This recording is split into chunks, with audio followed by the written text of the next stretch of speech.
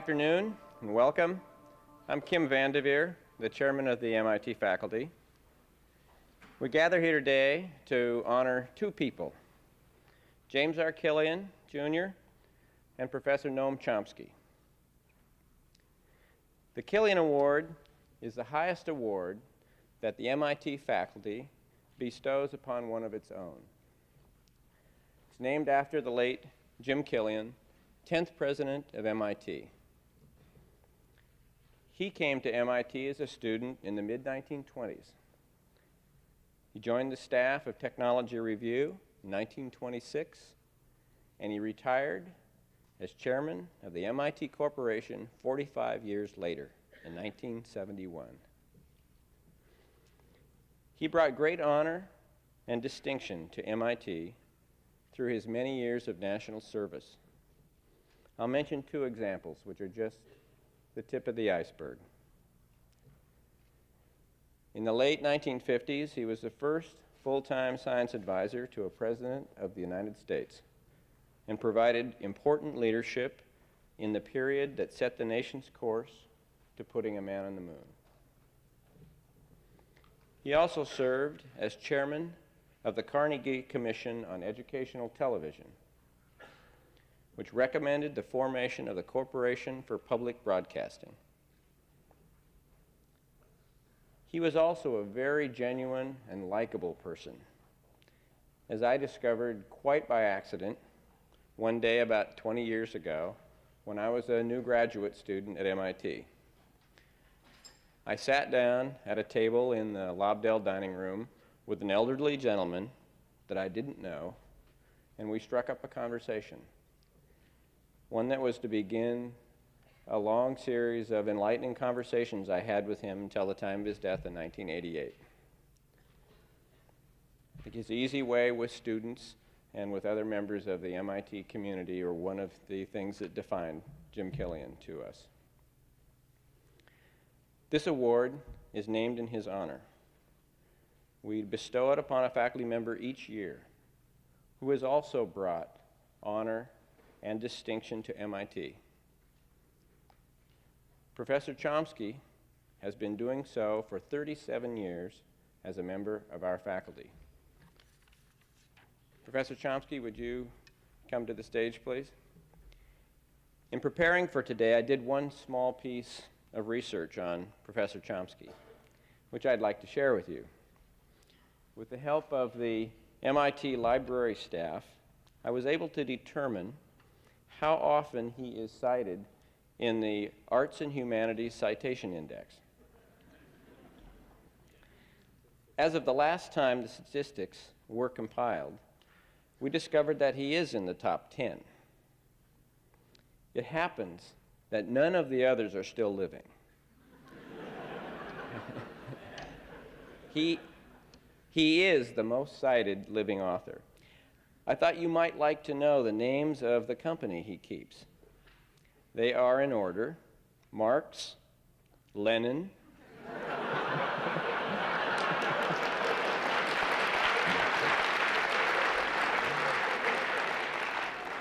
Shakespeare,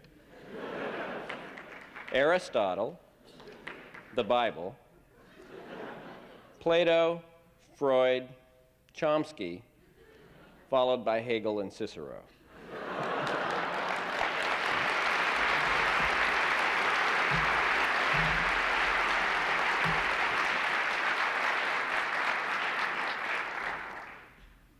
I would like to read from the award. It says, "The president and faculty of the Massachusetts Institute of Technology have the honor to present the James R. Killian, Jr. Faculty Achievement Award to Noam Chomsky, and to announce his appointment as Killian Award Lecturer for the academic year 91-92. In recognition of his extraordinary contributions to linguistics, philosophy, and cognitive psychology, one of the foremost thinkers of this century, he revolutionized the study of language and of the human mind. His books, monographs, and articles constitute major milestones in the history of linguistics.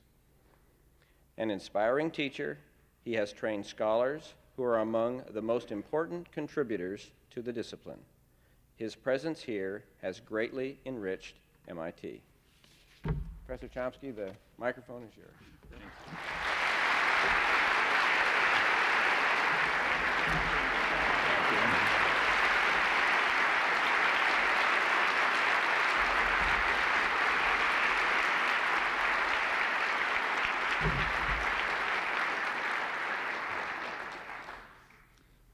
It's lucky he didn't read what those citations say. But, the title of this talk, the announced title, has three parts. Refers to language, the cognitive revolutions, and then there's the quotes around cognitive revolutions. The relation between language and cognitive science is natural. That's a reasonable combination. Modern linguistics developed as part of what's sometimes called the cognitive revolution of the 1950s, actually to a large extent here in Building 20, thanks initially to Jerry Wiesner's initiatives. It was also a major factor in the development of the cognitive sciences ever since their modern origins. So those two words are sort of obvious. The quotes are intended to express a lingering skepticism. And when I say cognitive revolution from here on in, you're supposed to hear so-called cognitive revolution. I'll explain why as I proceed. The skepticism that I feel does not have anything to do with the actual work that's done in the various areas of cognitive science. So vision, language, cognitive development, a few others. In these areas, there have been quite significant advances over the past 40 years.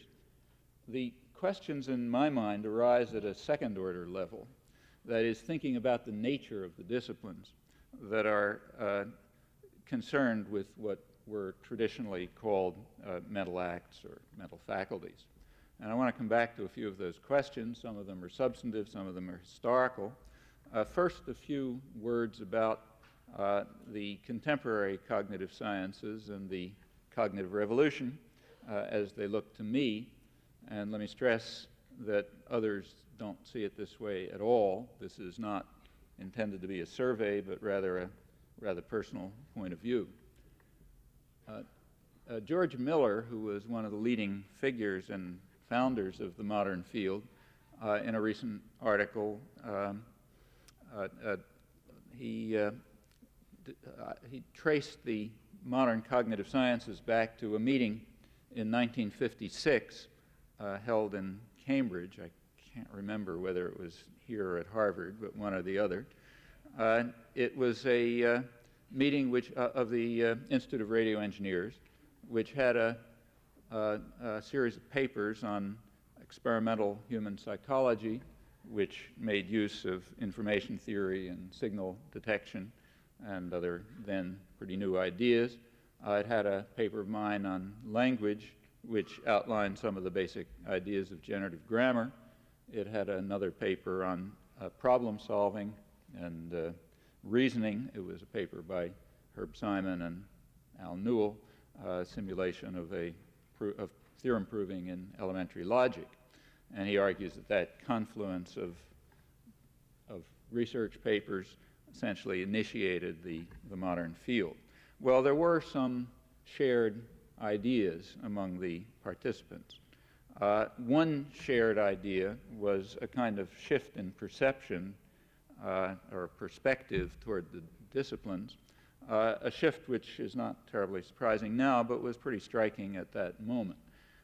The shift was away from the study of behavior and the products of behavior, such as words or sounds or their arrangement in texts, a shift from that focus toward the study of the states and properties of the mind and the brain that enter into human thought and action. From the first point of view, which overwhelmingly prevailed at the time, behavior and its products were regarded as the object of study. From the second point of view, what later came to be called the cognitive sciences, behavior and its products were of no particular interest in themselves. They simply provided data which would be interesting insofar as it served as evidence for what really concerns us now, the inner workings of the mind, where the phrase mind here simply is a way of talking about relevant properties and states and processes of the brain. The data of behavior and texts and so on, from this point of view, are to be used alongside of other data, whatever might turn out to be useful, say electrical activity of the brain, but it has no inherently privileged status, and it's not the focus of interest. That's a shift. It's a shift away from what was called behavioral science or structuralism or statistical analysis of texts, and a shift towards something that might properly be called cognitive science. In my personal view, it was a shift from a kind of natural history to at least potential natural science. Now, that shift was highly controversial at the time, and it still is. And in fact, if you were to use such measures as amount of government funding, it would still be very much in the minority. But I think it was the right move. Well, that was one kind of shared interest. From independent points of view, there was no communication among the people prior to the meeting. A second shared interest was an interest in what we might call computational representational systems. That means a way of looking at mental activities and mental faculties, at what the brain is doing, to looking at them as a kind of a software problem. That is a study of the mechanisms, but viewed from a particular abstract perspective.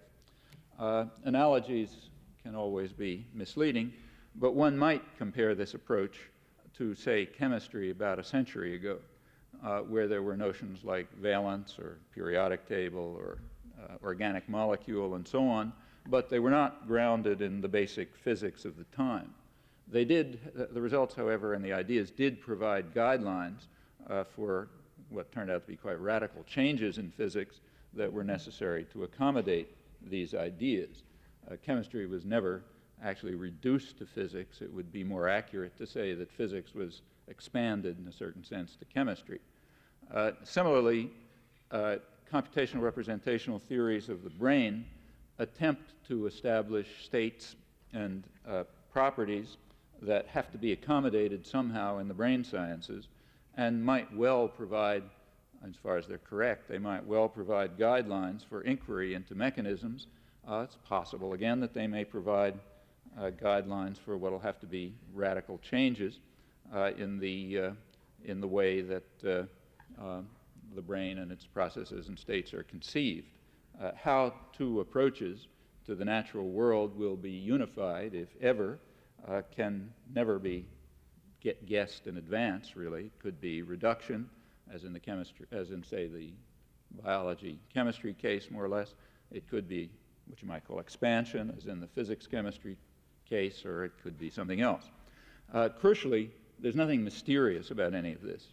It seems to me, at least, to be just normal science at a typical stage before unification of several approaches to some area of some topic in the natural world before they're unified. Well, again, that was and remains highly controversial. Assuming it anyway, how can we proceed? You can look at the brain or the person from a number of different points of view. Let's begin by taking what you might call a receptive point of view. So we think of the brain, say, as being in a certain state. A signal reaches the brain. It produces some kind of symbolic representation of the signal, internally, presumably, and it moves to some other state.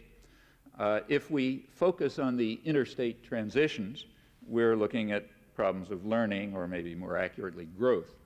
If we focus on the input signal and the symbolic representation of it, we're looking at perception. If we focus on the initial state of the system prior to any relevant signals, we're looking at the biological endowment, the innate structure. We could trace the processes back further. At that point, we'd be moving into embryology, and one should stress that these distinctions are pretty artificial, actually.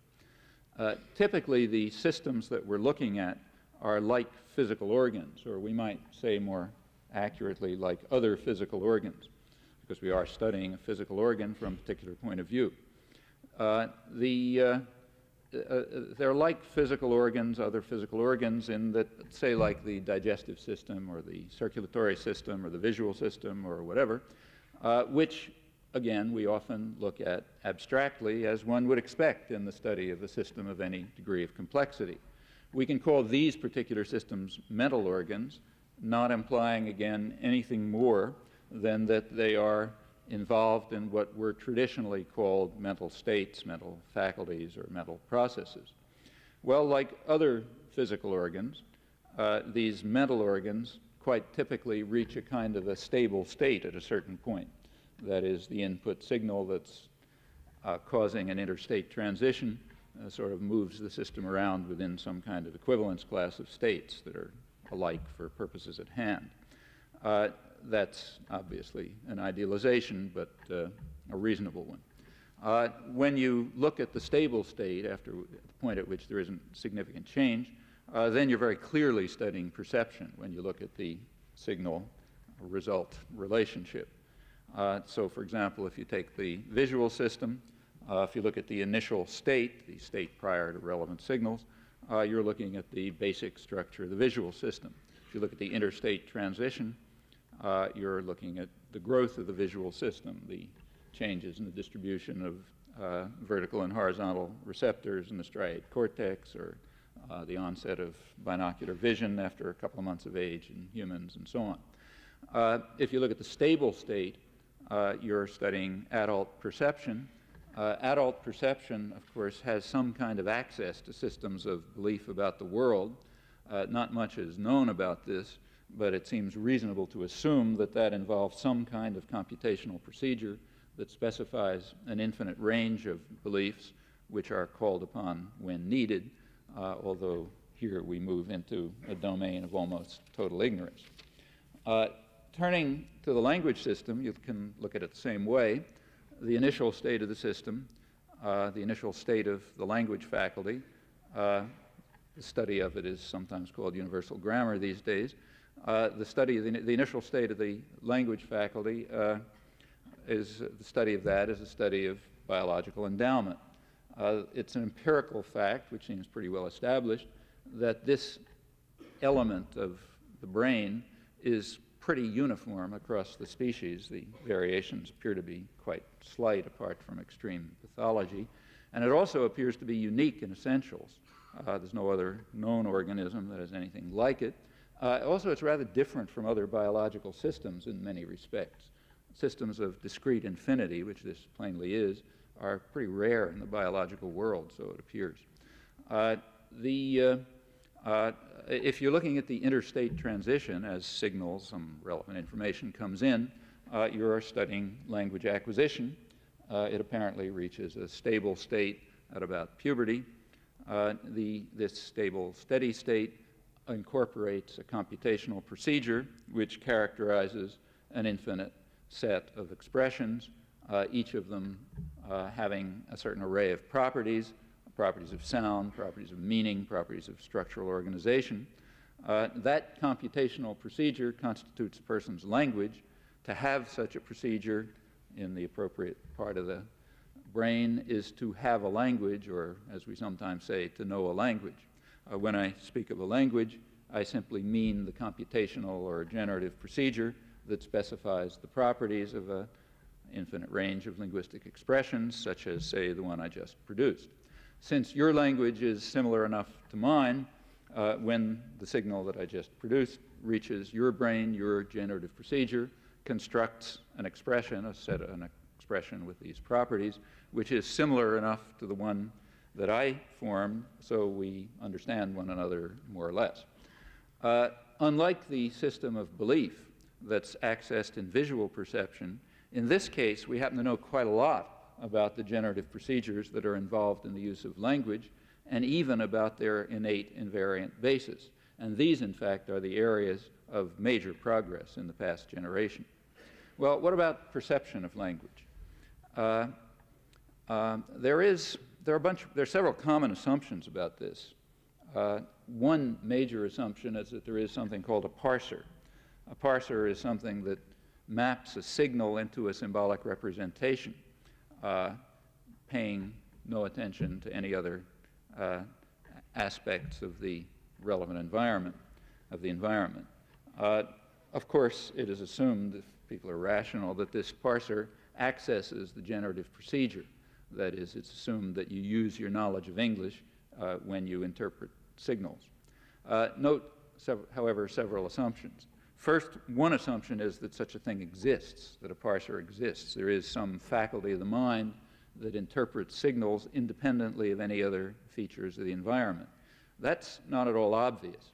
The existence of an internal generative procedure is far more secure and far more obvious than the question of the existence of a parser, and it's also far better grounded assumption, far better grounded empirically, and with much richer theoretical structure. This is contrary to common belief, which usually considers the other way around. Nevertheless, let's assume that a parser exists, though it isn't obvious. It's further assumed that the parser doesn't grow the way a language grows from some initial state to a stable state. Now, that assumption, again, is not very well founded. It's based mainly on ignorance. It's the simplest assumption, and we have no reason to believe anything about it, so we might as well believe that. There is some kind of evidence for it, indirect perhaps, but interesting. There's a forthcoming book coming out from MIT Press by Robert Berwick and Sandoi Fang, former student of his, on what you might call a universal parser, a fixed invariant parser, which has the property that if you sort of flip its switches one way, it interprets English, and if you flip its switches another way, it interprets Japanese. And if that's the right idea, then there is a universal parser which is unaffected by environmental factors, apart from the properties that serve to identify one or another language, that is the array of flipping of switches. I'll come back to that.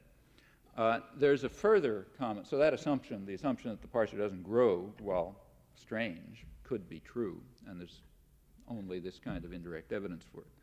A further common assumption is that parsing is easy, something that you do very quickly and easily. In fact, that's often held to be a criterion for the theory of language. It's often held to provide, the criterion is supposed to be that the theory of language must provide generative procedures that satisfy this requirement, that parsing is easy and quick. Well, that one's flatly false, uncontroversially. Parsing often fails completely and quite systematically, and it's often extremely difficult. Many categories of what are called parsing failures are known, even with short, simple expressions. A parsing failure just means a case where the parser works fine, but it gives some kind of an interpretation which is not the one that's assigned to the signal by the language. So it's wrong in that sense. It's perfectly true that and very often, you can easily find categories of expressions, even pretty simple ones, where the parsing system just breaks down. People don't know what they're hearing. Sounds like gibberish, even though it's perfectly well-formed and has a fixed, strict meaning, and so on and so forth. Now, it's perfectly true that one uses expressions that are readily parsed, but that verges on tautology. What it means is we use what is usable. Other resources of the language we just don't use. There's a related assumption. It's often alleged that language is well adapted to the function of communication. It's not clear that that statement is even meaningful, or any similar statements about biological organs, but to the extent that one can give some meaning to that statement, this one again looks just false. The design of language appears to make it largely unusable, which is fine. We just use those fragments that are usable for us. Doesn't mean that the design made it usable somehow. There are similar assumptions in learnability theory, formal learnability theory. It's often claimed as a starting point that natural languages must be learnable. In fact, natural languages are often defined. Natural languages are defined often as the set of languages that are learnable under standard conditions. Now, notice that that could be true. We don't know that that's false, as we know that the comparable statement about parsing is false. It could be true that languages are learnable, but it's not a conceptual necessity. Language design might be such, our language faculty could be such, that it permits all kinds of inaccessible languages. These would be realizable in the brain, just as, say, English is, but not accessible to humans. Again, that wouldn't stop us from doing what we do. We would just pick up the accessible ones. In fact, there is some recent work, quite recent work, which suggests that natural languages are learnable. But if true, that's an empirical discovery, and in fact, a rather surprising one. Well, I've said nothing so far about production of language. There's a reason for that. The reason is that apart from very peripheral aspects, it's almost a complete mystery. We can learn a good deal about the mechanisms that are put to use when we speak, and we can study at least certain aspects of perception, the mapping of signals to percept using the internalized mechanisms, the generative procedure of the language. But no one has anything sensible to say about what I'm doing now or what two people are doing in a normal conversation. It was observed centuries ago that the normal use of language has quite curious properties. It is unbounded, it's not random, it is not determined by external stimuli, and there's no reason to believe that it's determined by internal states. It's uncaused, but it's somehow appropriate to situations. It's coherent. It evokes in the hearer thoughts that he or she might have expressed the same way. That collection of properties, we can call them the creative aspect of language use, that set of properties was regarded by the Cartesians as the best evidence that another organism has a mind like ours, not just a body like a dog or a monkey or a robot. Actually, if you look back at their argument, it was quite reasonable. The science happened to be wrong, but it was very reasonable, and within the framework of scientific reasoning, we might put matters in different terms, but we haven't made any progress in understanding these critically important phenomena, the phenomena that concerned them and they provide much of the basis for the traditional mind-body distinction. In my opinion, in fact, contemporary thought about these topics, usually phrased in terms of notions like the Turing test, involves a considerable regression from the much more scientific approach of Cartesian psychology.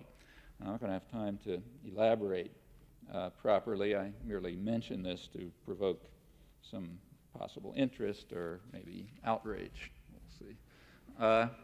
Well, I've mentioned several kinds of shared interest in the early modern cognitive sciences, say back to the 1956 meeting that George Miller pointed to. One common interest, again, is in computational representational systems, looking at the brain in terms of software problems. For linguistics, at least, this turned into the study of the generative procedures that are put to use in perception and presumably in expression of thought, speaking, although the latter, again, remains a complete mystery. There's another shared interest. It's what we might call the unification problem. That's a problem that has two different aspects. One aspect is the relation between the hardware and the software, the relationship between computational representational theories of the brain and the entities that they postulate, and what you might call implementation. And as I suggested, I think you can regard that as similar to the problem of the relation between, say, chemistry and physics 100 years ago, or genetics and chemistry 50 years ago, and so on. That's one problem, the unification, the one aspect of the unification problem, the deepest aspect. A less deep aspect has to do with the relation among the various domains of cognitive science, say language and vision, whatever may be involved in problem solving. This is the question, what do they have in common? Notice that that's much less profound a problem. If it turns out the answer is nothing, just the way it is. On the other hand, we'd be kind of upset if the answer to the first one was no answer. Well, at this point, some of my skepticism begins to surface. So let's take the first one, the deep problem, the serious scientific problem, the relation between roughly the hardware and the software, chemistry and physics. Here, there are two different approaches you can identify. One approach, let's call it naturalistic, goes kind of like this. It says the mental organs are viewed as computational representational systems, and we want to show that they're real, that their statements in these theories are true. That is, that there are certain states and properties of the brain which these theories exactly capture. That's what you try to show. The mental organs can also be viewed in other ways. For example, you can look at them in terms of cells or atoms. Or more interestingly, for the moment, you can look at them in terms of electrical activity of the brain, so-called event-related potentials, ERPs. Now, rather surprisingly, there's some recent work which shows quite dramatic and surprising correlations between certain properties of the computational representational systems of language and of ERPs, evoked potentials. For the moment, these ERP measures have no status apart from their correlation with categories of expressions that come out of computational representational theories. That is, they're just numbers sort of picked at random. They don't have any, because there's no relevant theory about them that says you should look at these numbers and not at some other numbers. In themselves, in other words, they're curiosities. Still, it's interesting because there are correlations to rather subtle properties that have emerged in the attempt to develop computational representational theories which explain the form and meaning of language. So that suggests an interesting direction for research, namely to try to unify these quite different approaches to the brain and to place each of them in an appropriate theoretical context. For the moment, that's primarily a problem for the ERPs, but if you can pursue it, could be quite an interesting direction, and one can think of lots of consequences. Well, the same is true of the relation between CR systems, computational representational systems, and physiology, at least in principle. Here it's just in principle because in practice at present we don't really have much to look at there except from the theories of the computational representational systems. But here, whatever the difficulties may be, we seem to face ordinary problems of science before the typical situation when alternative approaches there's no understood way to unify them or connect them. Well, there's a different approach to this unification problem, which actually dominates contemporary thinking about cognitive science, not necessarily the actual work, but the thinking about what it amounts to. This approach is to divorce the study of mental organs from the biological setting altogether, and to ask whether some simulation can essentially fool an outside observer. So we ask whether the simulation passes some rather arbitrary test called the Turing test, but Turing test is just a name for a huge battery of possible tests. And so we pick out one of those kind of at random. And we now ask whether some, say, extraterrestrial invented organism or some actual programmed computer passes the test, that is, fools somebody. And people write articles in which they ask, how can we determine empirically whether an extraterrestrial or a programmed computer or machine can, say, play chess or understand Chinese? And the answer is supposed to be, if it can fool an observer under some arbitrary conditions called the Turing test, then we say we've empirically established that. Actually, you may have noticed last November there was a big splash about a running of the Turing test over at the Boston Computer Museum together with the Cambridge Center for Behavioral Studies and a quite distinguished panel. They had a bunch of programs which are supposed to try to fool people. There was, I think, a $100,000 prize offered. Big story in the Boston Globe, front page story in the New York Times. Science had a big splash on it. I wasn't there, but I'm told that the program that did best in fooling people into thinking that it was a human was one that produced cliches at random. Apparently it did pretty well. I don't know. It may tell you something about humans, but I'm not sure what. As far as I can see, all of this is entirely pointless.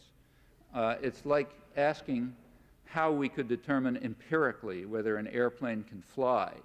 The answer being if it can fool someone into thinking that it's an eagle, say, under some conditions. But the question whether an airplane can fly, and whether it's really flying, or for that matter, the question whether high jumpers were really flying at the last Olympics, that's not an empirical question. That's a matter of decision, and different languages make decisions differently.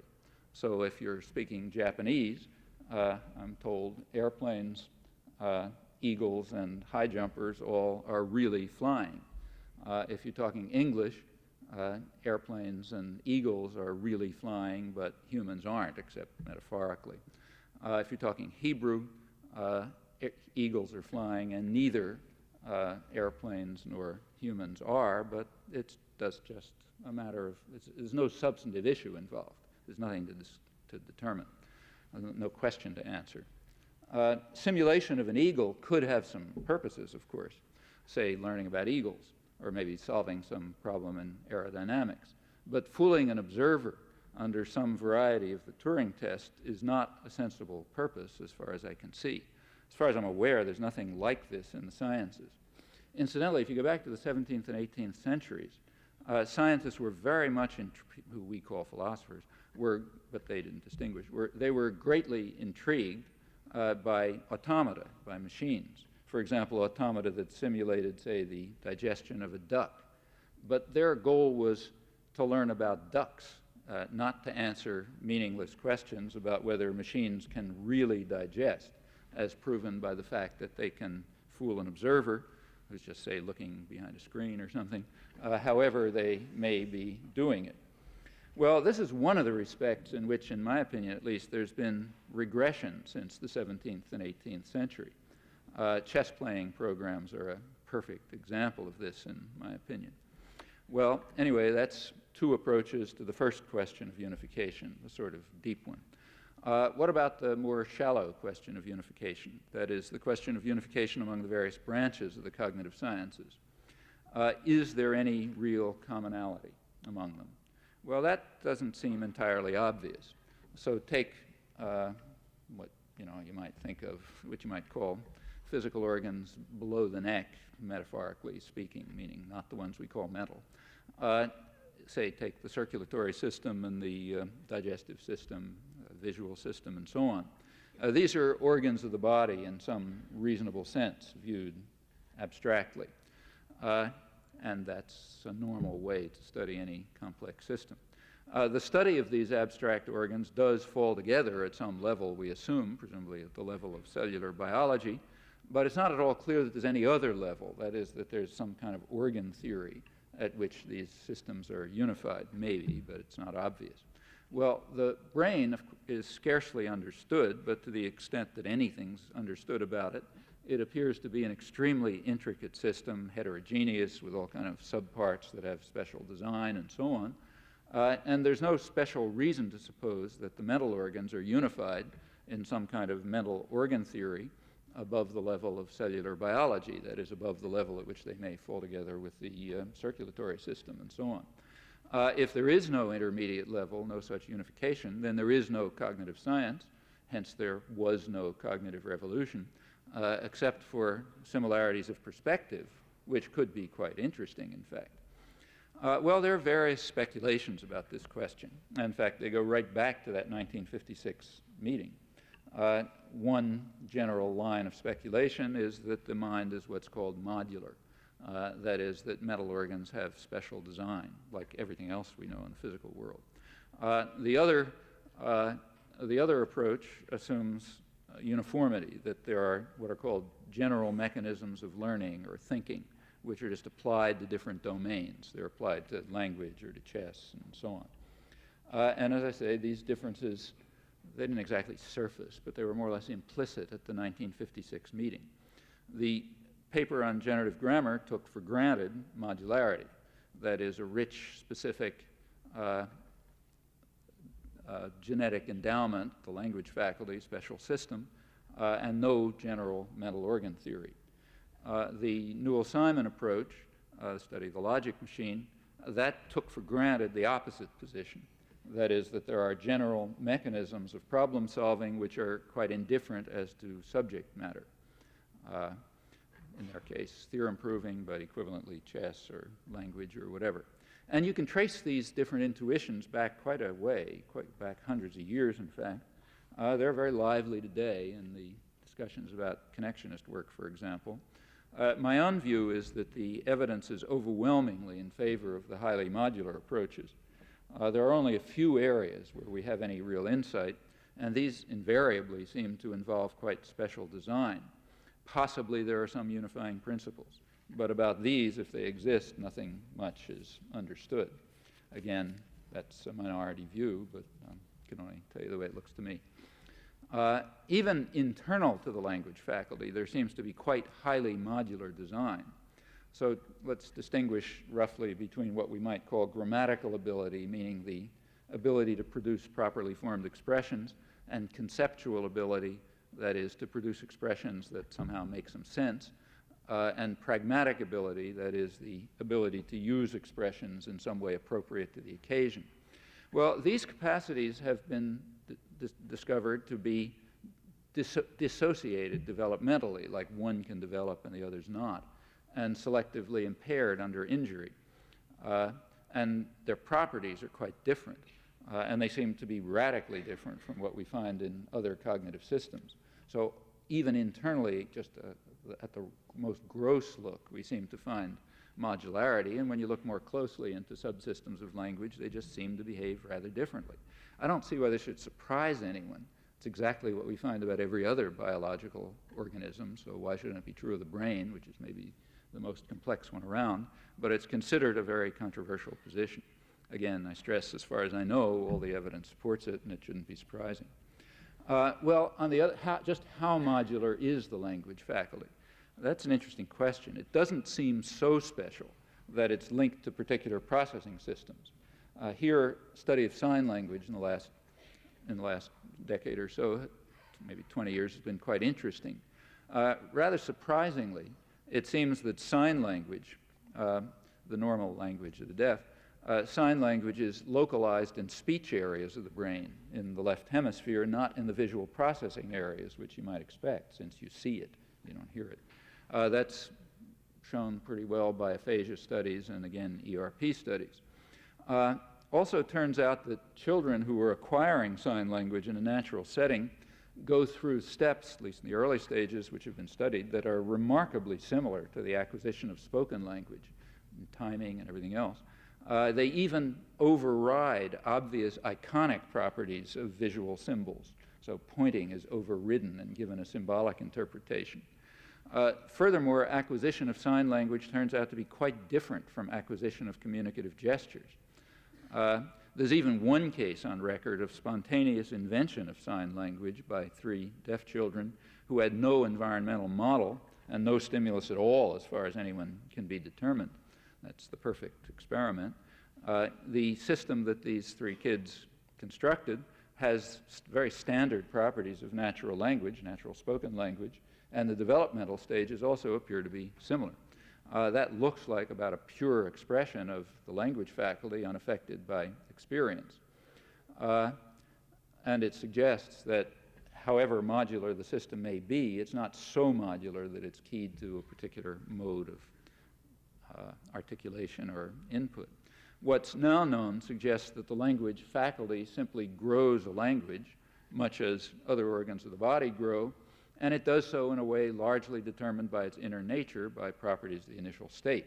External events doubtless have some kind of an effect, like I'm talking English, not Japanese, but a rational Martian scientist who is looking at us would probably not find these variations very impressive.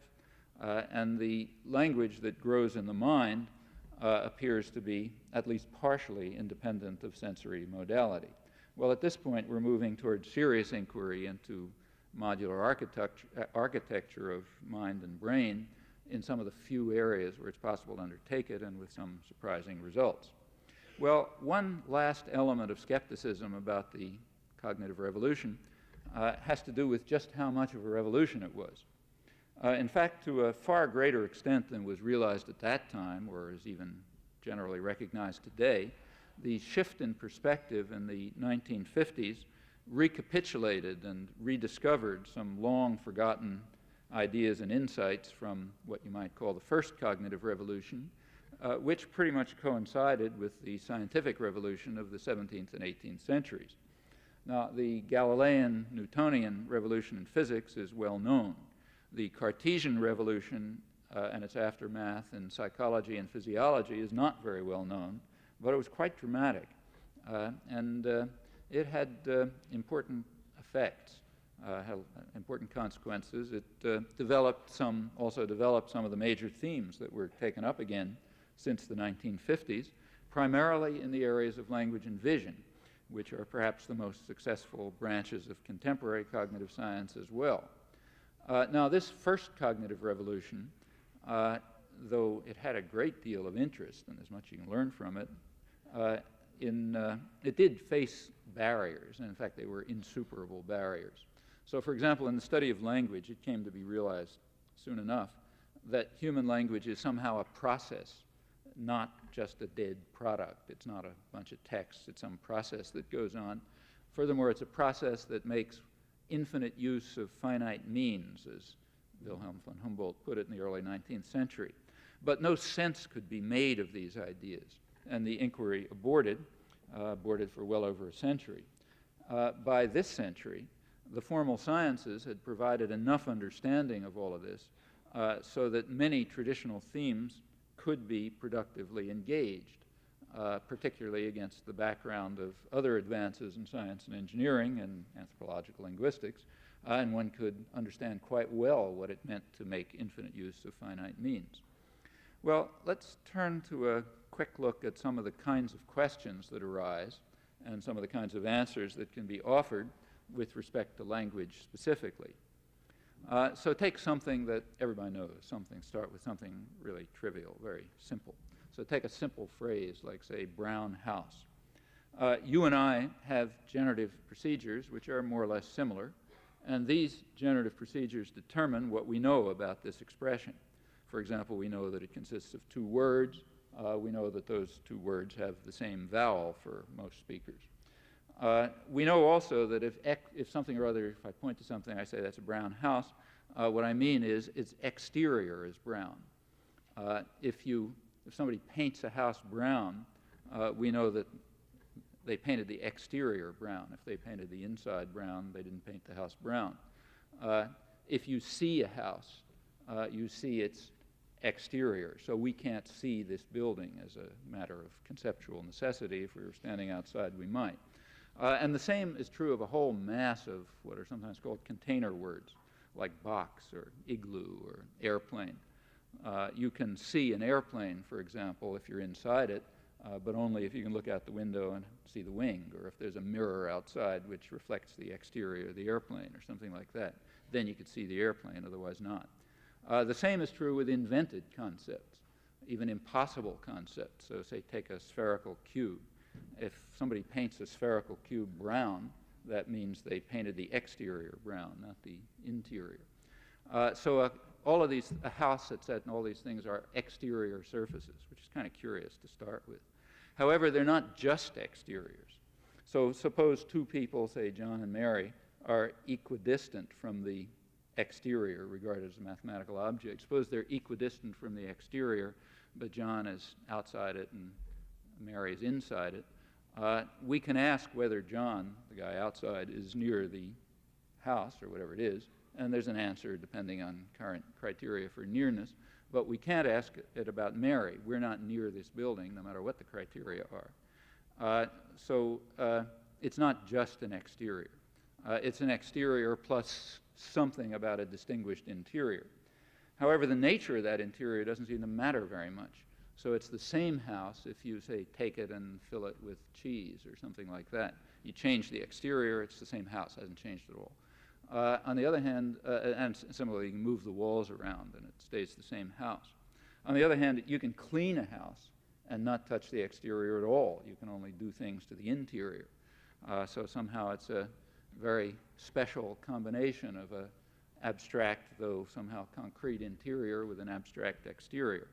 And of course, the house itself is perfectly concrete. Same is true of my home. That's also perfectly concrete, but in a quite different way. If a house is a brown wooden house, it has a brown exterior surface, but it doesn't just have a wooden exterior. It's both a concrete object of some kind and an abstract surface, as well as having a distinguished interior with weird properties. Well, proceeding further, we discover that container words, like, say, house, have extremely weird properties. Certainly there can't be any object in the world that has this combination of properties, nor do we believe that there is. Rather, a word like house provides a certain quite complex perspective for looking at what we take to be things in the world. Furthermore, these properties are completely unlearned, hence they must be universal, and as far as we know they are. They're just part of our nature. We didn't learn them, we couldn't have learned them. They're also largely unknown and unsuspected.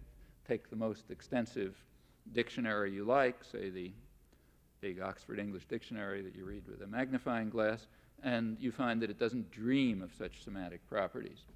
Rather, what the dictionary does is offer some hints that allow a person who already knows almost everything to pick out the intended concept. And the same is true of words generally, and in fact the same is true of the sound system of language. They are largely known in advance in all their quite remarkable intricacy, hence they're universal, a species property. The external environment may fix some details, the way the Oxford English Dictionary can fix a few details. But language acquisition, and in fact probably a good deal of what's misleadingly called learning, is really a kind of biological growth where you kind of fill in details in an extremely rich, predetermined structure that just goes back to your nature. Very much like physical growth, or as I think we should say, other aspects of physical growth. Well, if you look at the structure of more complex expressions, then these conclusions are just reinforced. Again, let me take pretty simple cases to illustrate. So take the sentence, say, John ate an apple, and drop out the word apple, and you get John ate. And what that means, everybody knows, is John ate something or other. So if you eliminate a phrase from the sentence, you interpret it as something or other. John ate means John ate something or other, more or less. Take the sentence a little bit longer, but not much. John is too stubborn to talk to Bill. Well, that means John is so stubborn that he won't talk to Bill. And just as in the case of John ate an apple, drop the last phrase, Bill, and we get John is too stubborn to talk to. And by analogy, or by induction, if such a thing existed, people ought to interpret it as meaning John is so stubborn that he won't talk to someone or other. However, it doesn't mean that. John is too stubborn to talk to means John is so stubborn that nobody's going to talk to him, John. Somehow it all inverts if I drop the last word. Suppose you make it a little more complex. John is too stubborn to expect anyone to talk to Bill. Well, that means John, I have to think maybe a little bit here already. John, because parsing is not easy and quick, John is too stubborn. It means John is too stubborn for him, John, to expect that anyone will talk to Bill. Now drop Bill again. Now we get John is too stubborn to expect anyone to talk to, and reflect for a moment, and you'll see that the meaning shifts radically. It means John is so stubborn that somebody or other doesn't expect anyone to talk to him, John. Everything shifts. Now, all of this is inside you. Nobody could ever learn it. Nobody could possibly learn it. None of it is mentioned or hinted at, in fact, even in the most comprehensive grammar books. It's known without experience. It's universal as far as we know. In fact, it had better be universal, or it means there are genetic differences, crucially, among people. It just grows out from our nature. A huge variety of material of that sort has come to light in the last 30 years or so as a direct consequence of something new, namely the attempt to actually discover and to formulate the generative procedures that grow in the language faculty of the brain, virtually without experience. That had never been done before. It was always assumed that it's kind of all obvious. You know, how could there be anything complicated here? If you go back, say, to the early 50s, the problem about language acquisition was supposed to be, why does it take so long? Why does it take so long for such a trivial thing to happen? Why do children need so much exposure to material to do this simple process of habit formation? As soon as you try to describe the facts, you discover that it's quite the opposite. There's extremely intricate things that are known even in the simplest cases. There's no possible way of picking them up from experience, and consequently they're universal. They're part of our nature. These are just part of the generative procedures that the brain determines. Well, what do these generative procedures look like? Apparently, they look something like this. A language can be looked at as involving a computational procedure and what you can call a lexicon. A lexicon is a selection of concepts that are associated with particular sounds. The concepts appear to be pretty much invariant. They're things like house, let's say, and they have very weird properties, which means that they must be invariant, because if they have very weird properties, they've got to be unlearned, which means that they're going to be invariant, just part of our nature. The sound variety also seems quite limited. On the other hand, the association between a concept and a sound looks free. So you can say tree in English and Baum in German, and so on. So that tells us what one aspect of language acquisition is. It's determining which of the given set of concepts, with all their richness and complexity, is associated with which of the possible sounds with their limited variety. Notice that that's a pretty trivial task. So you can imagine how a little bit of experience could help fix those those associations if the concepts were given and the structure of the sound was given. Well, the lexicon also contains what are sometimes called formal elements, things like inflections, like tense or plural or case markers of the kind that you find, say, in German or Latin and so on. And languages do appear to differ quite substantially in these respects. However, that seems to be mostly illusion. At least the more we learn, the more it looks like illusion. So, for example, take, say, cases. English doesn't have them. You got to memorize them when you study German and Latin. But that looks illusory. It appears to be the case that English has them fine, in fact, exactly the way Latin has them. It's just that they don't happen to come out the mouth. They're not articulated. They're in the internal mental computation, and their effects, which are quite ramified, are detectable. But that part of the computation just doesn't happen to link up to the vocal tract.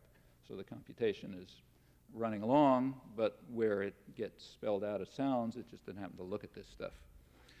Well, that's another aspect of language acquisition, that is to determine what aspects of the computational system receive an external articulation.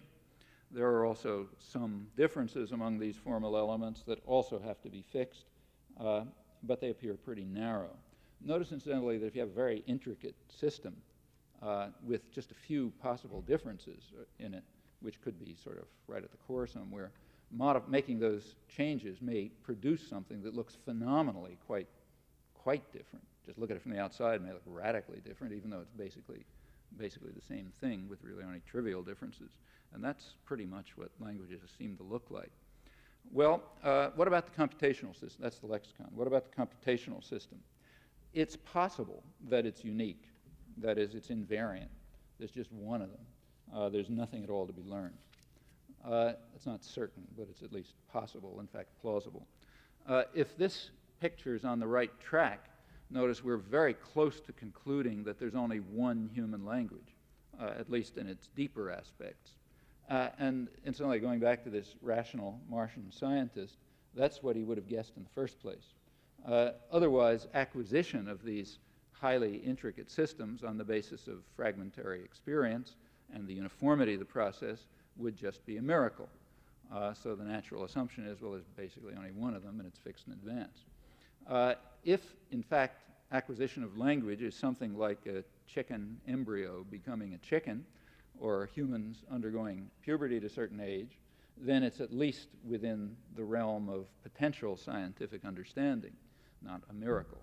And that's the way it seems to be. The more we learn, the more it looks like that.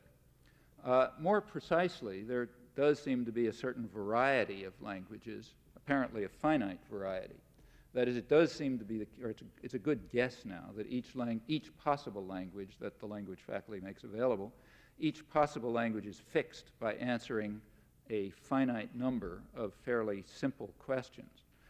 You can look at the system as being sort of like a complex wired up thing, which is just given, with a switch box associated with it and a finite number of switches. You can flip them up, you can flip them down. You do that on the basis of the answer to one or another of these questions, and they got to be pretty simple questions. If we could understand the way that works, bits and pieces of it are understood, suppose we could understand it, then we ought to be able to, say, deduce Hungarian by setting the switches one way and deduce Swahili by setting the switches a different way. The questions must be easily answered for empirical reasons. Children do it highly efficiently and very fast and with very little evidence, pretty much the way they grow. It follows that languages are learnable. That is, if this is correct, it follows that, as I mentioned before, languages in fact are learnable, which is an empirical discovery and a pretty surprising one. No reason why it would have had to, no biological reason why it would have had to be true, but it looks that as though it may be true, largely because the variety is so restricted. Well, assuming that to be true, we now have the following situation. Languages appear to be learnable, which is surprising, but languages appear to be unusable, which I don't think is surprising at all. What that means is that only scattered parts of them are usable, and of course those are the parts we use, so we don't notice it. Now actually this unusability property may be somewhat deeper than what I suggested.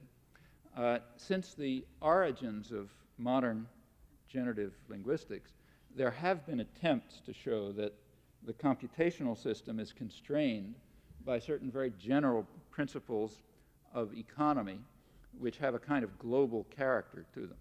And there's some recent work that carries these ideas a long step forward. It's still pretty tentative. In fact, it's unpublished. But let me sketch some leading ideas that indicate where things might go. Suppose we think of a linguistic expression in something like the following way. The language faculty selects a certain array of items from the lexicon. That's what it's going to talk about. And it begins computing away using its computational procedure, which I'm now assuming to be invariant across languages. It computes in parallel, just picks out these items and goes computing along with them.